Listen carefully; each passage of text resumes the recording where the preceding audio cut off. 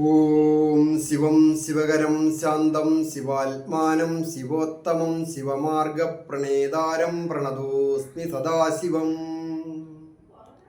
ഓം നമഃ ശിവായ. ജ്യോതിഷപന്തിയിലേക്ക് എല്ലാ പ്രേക്ഷകർക്കും സ്വാഗതം. ഇന്ന് വിചിന്തനം ചെയ്യുന്നത് 2025 വർഷഫലത്തെക്കുറിച്ചാണ്. 2025 തിരുവാതിര നക്ഷത്രക്കാർക്ക് വന്നു ചേരാവുന്ന ഭാഗ്യാവസ്ഥകളെക്കുറിച്ചും ദൈവാധീനത്തെക്കുറിച്ചും വിജയങ്ങളെക്കുറിച്ചും അതുപോലെ തന്നെ ശ്രദ്ധിക്കേണ്ട കാര്യങ്ങളുമൊക്കെയാണ് ഇന്ന് വിചിന്തനം ചെയ്യുന്നത്. പോയ 2024 തിരുവാതിര നക്ഷത്രക്കാർക്ക് വളരെയധികം കഷ്ടതകളും നഷ്ടങ്ങളും ഒക്കെ അനുഭവിച്ച ഒരു നക്ഷത്രമാണ്. അതായത് 12ാമിടത്ത് വ്യാഴം അനിഷ്ടത്തിലാകുക, സർവേശ്വരകാരകനും സർവസമ്പദ് പ്രദാത്രിയുമായിരിക്കുന്ന വ്യാഴം, നിവൃത്തിസ്ഥാനത്തിൻ്റെയും തൊഴിൽ സ്ഥാനത്തിൻ്റെയും അധിപനായിരിക്കുന്ന വ്യാഴം അത് അനിഷ്ടത്തിലായിരുന്നു. എന്നാൽ ആ വ്യാഴം ശക്തി പ്രാപിച്ചു വരും. അങ്ങനെ വരുന്ന ഈ വ്യാഴത്തിൻ്റെ അനുഗ്രഹത്താലും കൂടാതെ മറ്റ് ഗ്രഹങ്ങളുടെ ഒക്കെ ഗ്രഹസ്ഥിതി നോക്കണം. അങ്ങനെയൊക്കെ നോക്കുമ്പോൾ 2025 പല കാര്യങ്ങൾക്കും ഭാഗ്യങ്ങളും ദൈവാധീനങ്ങളും ഒക്കെ കൊണ്ടുത്തരും. അങ്ങനെയാണ് സ്ഥിതി കാണുന്നത്.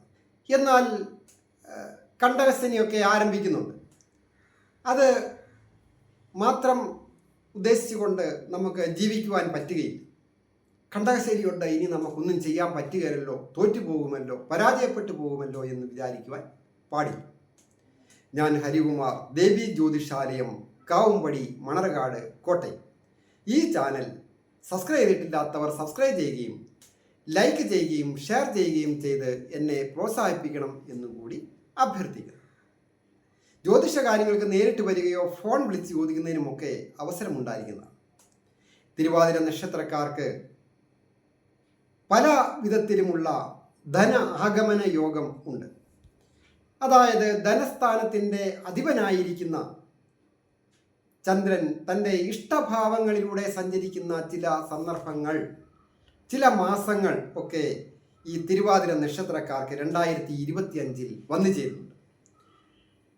അത് വ്യാഴത്തിനോട് യോഗം ചെയ്തും അതുപോലെ തന്നെ രാശ്യാധിപനായിരിക്കുന്ന ബുധനോട് യോഗം ചെയ്ത് സുഖസ്ഥാനത്തും അതുപോലെ തന്നെ രാശിയിൽ തന്നെ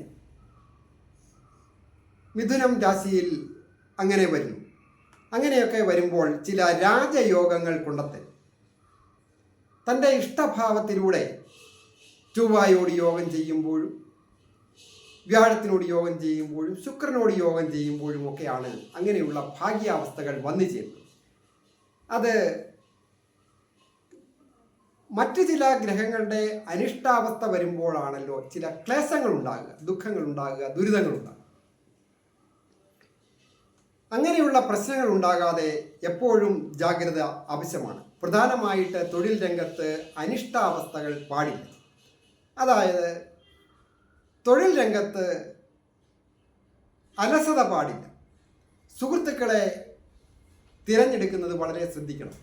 മേലധികാരികളുടെ ആയാലും കീഴ് ജീവനക്കാരോടും തട്ടിക്കയറാതെ, അഭിപ്രായ വ്യത്യാസം ഉണ്ടാകാതെ ഐക്യത്തോടു കൂടി പോകുവാൻ വളരെ ശ്രദ്ധിക്കേണ്ട ഒരു വർഷമാണ് താൻ. എങ്കിൽ കൃത്യനിഷ്ഠ ഉണ്ടെങ്കിൽ ശനി ഭഗവാൻ അനുഗ്രഹിക്കും.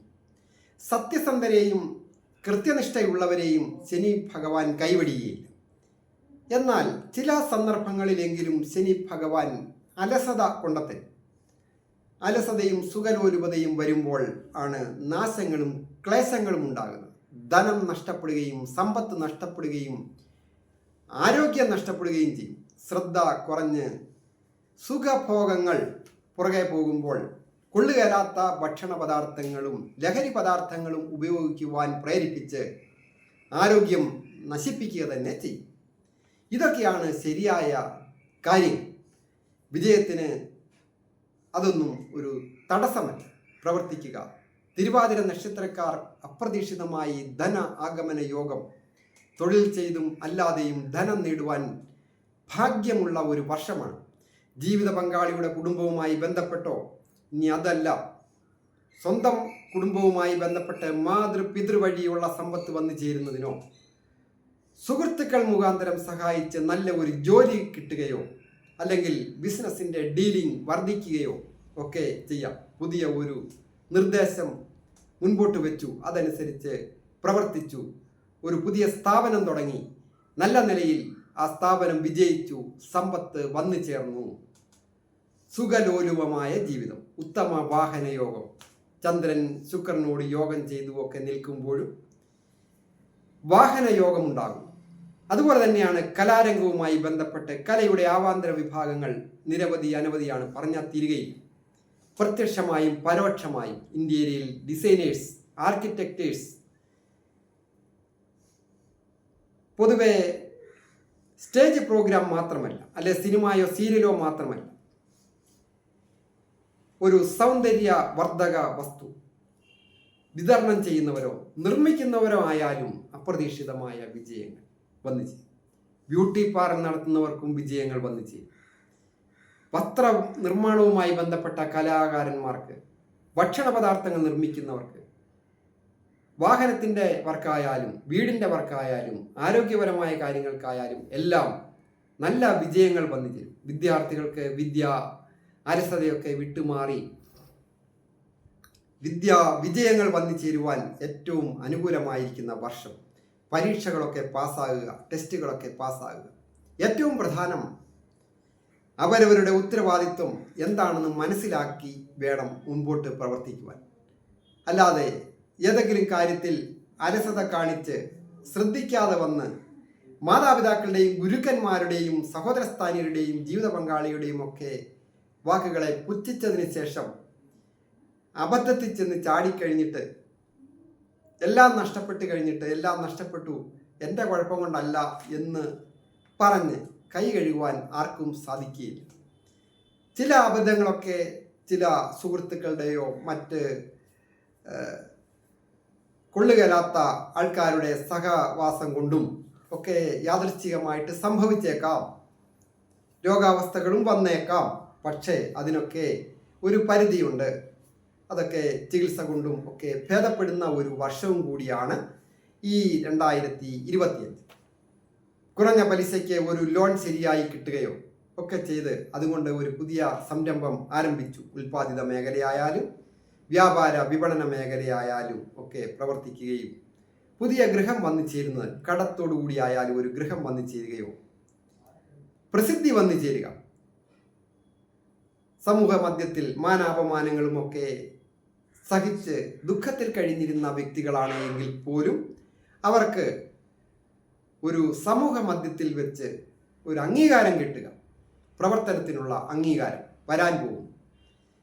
അതുപോലെ തന്നെ സ്വന്തം പേരിൽ ഭൂമി ഇല്ലാത്തവർക്ക് ഭൂമി വന്നു ചേരുന്നതിന് യോഗം, അത് ചൊവ്വയുടെ അനുഗ്രഹത്താൽ ലഭിക്കുന്ന ഒരു പ്രധാന കാര്യമാണ് ഭൂമി സംബന്ധമായ കാര്യങ്ങൾ. അതിനൊക്കെ വേണ്ടത് പ്രധാനമായിട്ട് ക്ഷമ, വിട്ടുവീഴ്ച, പിന്നെ ആത്മീയ കാര്യങ്ങളിലെ നമ്മുടെ ശ്രദ്ധ, ഇതൊക്കെ കൊണ്ട് വിജയിക്കുവാനായിട്ട് സാധിക്കും. വിദേശത്തായിരിക്കുന്നവർക്കും വിദേശത്ത് പോകണമെന്ന് ആഗ്രഹിക്കുന്നവർക്കും ഒക്കെ സാധിക്കുന്ന കാര്യമാണ്. ചെലവുകൾ പിടിച്ച് ചുരുക്കി മുൻപോട്ട് പോയാൽ കടങ്ങളൊക്കെ വീടുകയും നല്ല സാമ്പത്തിക ഘടനയിലേക്ക് 2025 തീരുമ്പോഴത്തേക്കും എത്തിച്ചേരുകയും ചെയ്യും. ഏജ് ഓവറായിട്ട് നിൽക്കുന്ന യുവതികൾക്കായാലും യുവാക്കൾക്കായാലും ഒരു വിവാഹം വന്ന് വാക്കാകുവാൻ യോഗമുണ്ട്. അതായത് വിവാഹ ദാമ്പത്യ ഭാവത്തെ സൂചിപ്പിക്കുന്ന വ്യാഴഗ്രഹം, അതുപോലെ തന്നെ ശുക്രൻ്റെ സ്ഥിതിയും ഒക്കെ നോക്കുമ്പോൾ ഇഷ്ടഭാവങ്ങളിലൂടെ സ്ഥിതി ചെയ്യുന്ന ഈ വർഷം മനസ്സിനിണങ്ങിയ രീതിയിൽ, അനുയോജ്യമായ രീതിയിൽ ഉള്ള ഒരു വിവാഹം വന്ന് നടക്കുന്നതിനൊക്കെ യോഗമുണ്ട്. ഏറ്റവും പ്രധാനമായിട്ട് ശ്രീ മഹാദേവനെ പ്രാർത്ഥിക്കുകയും ശനീശ്വരനെ പ്രാർത്ഥിക്കുകയും നാഗരാജാവിന് യഥാശക്തിയൊക്കെ അനുസരിച്ച് നമ്മളെ കഴിയാവുന്ന രീതിയിലുള്ള വഴിപാടുകളൊക്കെ ചെയ്യുക, പ്രാർത്ഥിക്കുക, വ്രതാനുഷ്ഠാനങ്ങൾ നമ്മളെ കഴിയാവുന്ന രീതിയിൽ എടുക്കുക. അപ്പോൾ വിജയങ്ങൾ വന്നു ചേരും. എല്ലാവർക്കും നന്മ വരുവാനായിട്ട് പ്രാർത്ഥിക്കും.